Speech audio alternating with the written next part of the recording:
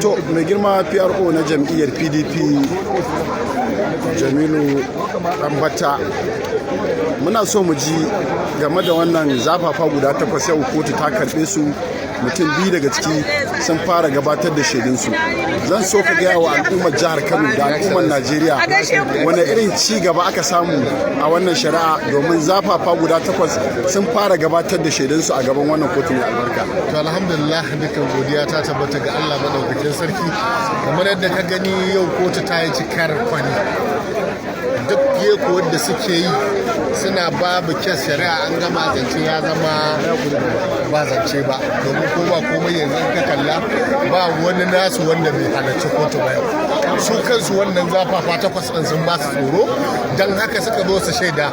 Kuma alhamdulillahi daga cikin 8 ɗin nan tuni 2 har sun yi delivery, ma'ana sun gabatar da shaidar su. Kuma alhamdulillah ko a iya biyun nan muka tsaya, ina tabbatar wa da al'ummar jihar Kano da ma masu kishin jihar Kano cewa ba karamar gagarumar nasara muka yi a cikin wannan shari'a. Wato mai girma PRO, kana so ka gaya wa al'ummar jihar Kano cewa wayannan zafafa guda 8 din 2 daga cikin su ma an aka tsaya a nan sun isa su bawa Abba Kabiru Yusuf kujerarsa, to amma kuma in baka manta ba kotu an gaya mata guda 8 kuma ya zama dole za ku gabatar da guda 8 din nan. To ragowar shirin me zaka ce game da su, domin al'ummar jihar Kano suna tare da mu kuma suna jinka, sun san wane ne kai a tafiyar wannan sai abin da ya sa su a karan kansu, ai akwai wanda baka taba ganin su a kotu ba sai ai 8 din an tsorata da ita ne.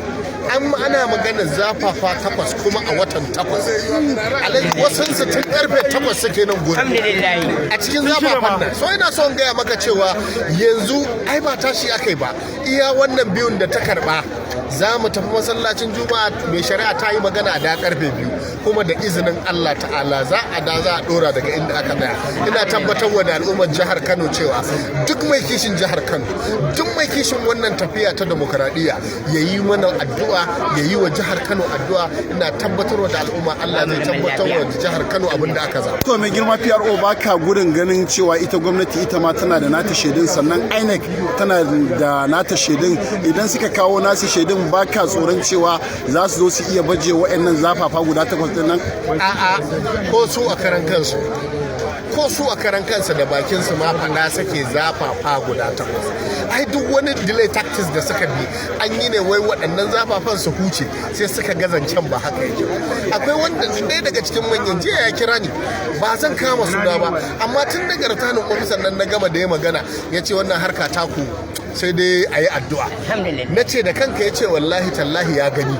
Sau da haka yana tabbatar da al'ummar jihar Kano cewa mu ci gaba da addu'a da izinin Allah zai tabbatar. Mai girma PRO, idan ka duba su fa yau har wato shugaban jam'iyya na jam'iyyar APC ya zo wannan kotu, sannan daga bangaren ku kuma mai girma deputy gwamna zababbe ya zo wannan kotu. To amma abin da yake bani mamaki gani dukkanin ku, ma'ana bangaren masu saka jar hula sun fito suna fara'a suna dariya, su kuma wancan bangare sun fito suna kuskus. Me zaka ce ga al'ummar jihar Kano game da wannan yanayi da suka magana ce ta mu ne fa muka yi kara, muna kara akan mun yi zaɓe mun yi nasara, aka zo aka canja mana nasara.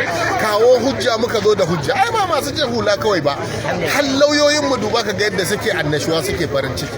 Wannan kadai ya isa abin alfahari a gare mu da duk mai kishin jihar Kano. Ina so in gode wa mutane bisa addu'o'i da ake yi. A nan nake so in yi kira na musamman ga mai girma tsohon kwamishina na rural, wato honorable Musa Ilyasu Kwankwaso. Ku daina yaudaran mutanen ku gaya mutanen ku gaskiya. Da kullum kuna gaya musu ba wata shari'a zance ne, amma yanzu gashi da attention ɗinku ya zama a nan, kuna nuna duniya cewa kuma akwai shari'a. Ku daina yaudaran mutanen ku gaya musu gaskiya, domin ba haka ba ranar da duk Allah ya ba mu nasara, kotu ta yi abin da ta yi muka yi nasara, yana ganin tsakaninka da mutanen ku akwai matsala. To mai girma PRO, baka tsoron ko shi ma yana ɗaya daga cikin shaidun gwamnati wanda za ta kawo ta kare kanta, duba da yadda ake magana da turanci, kuma ya yi kwamishina har sau 2, sannan kuma yanzu yana jiran ko gwamnati za ta iya sa shi a ɗan kwanakin nan da kotu za ta yanke hukunci. Kana tunanin ba zai iya zuwa gaban wannan kotu ya ba da shaida da turanci ba, duba da kalaman da yake faɗa a rediyo? Da izinin Allah ta'ala, kafin lokacin da za su ce ma sun yi magana kwamishinoni, kotu ta rushe, shari'a ta yi aiki. Ina so in tabbatar maka da cewa to ba kotu ba ce ba ga ta nan ba, turanci da ya zo a yi mana, ba ga gurin nan ba, ai guri ne.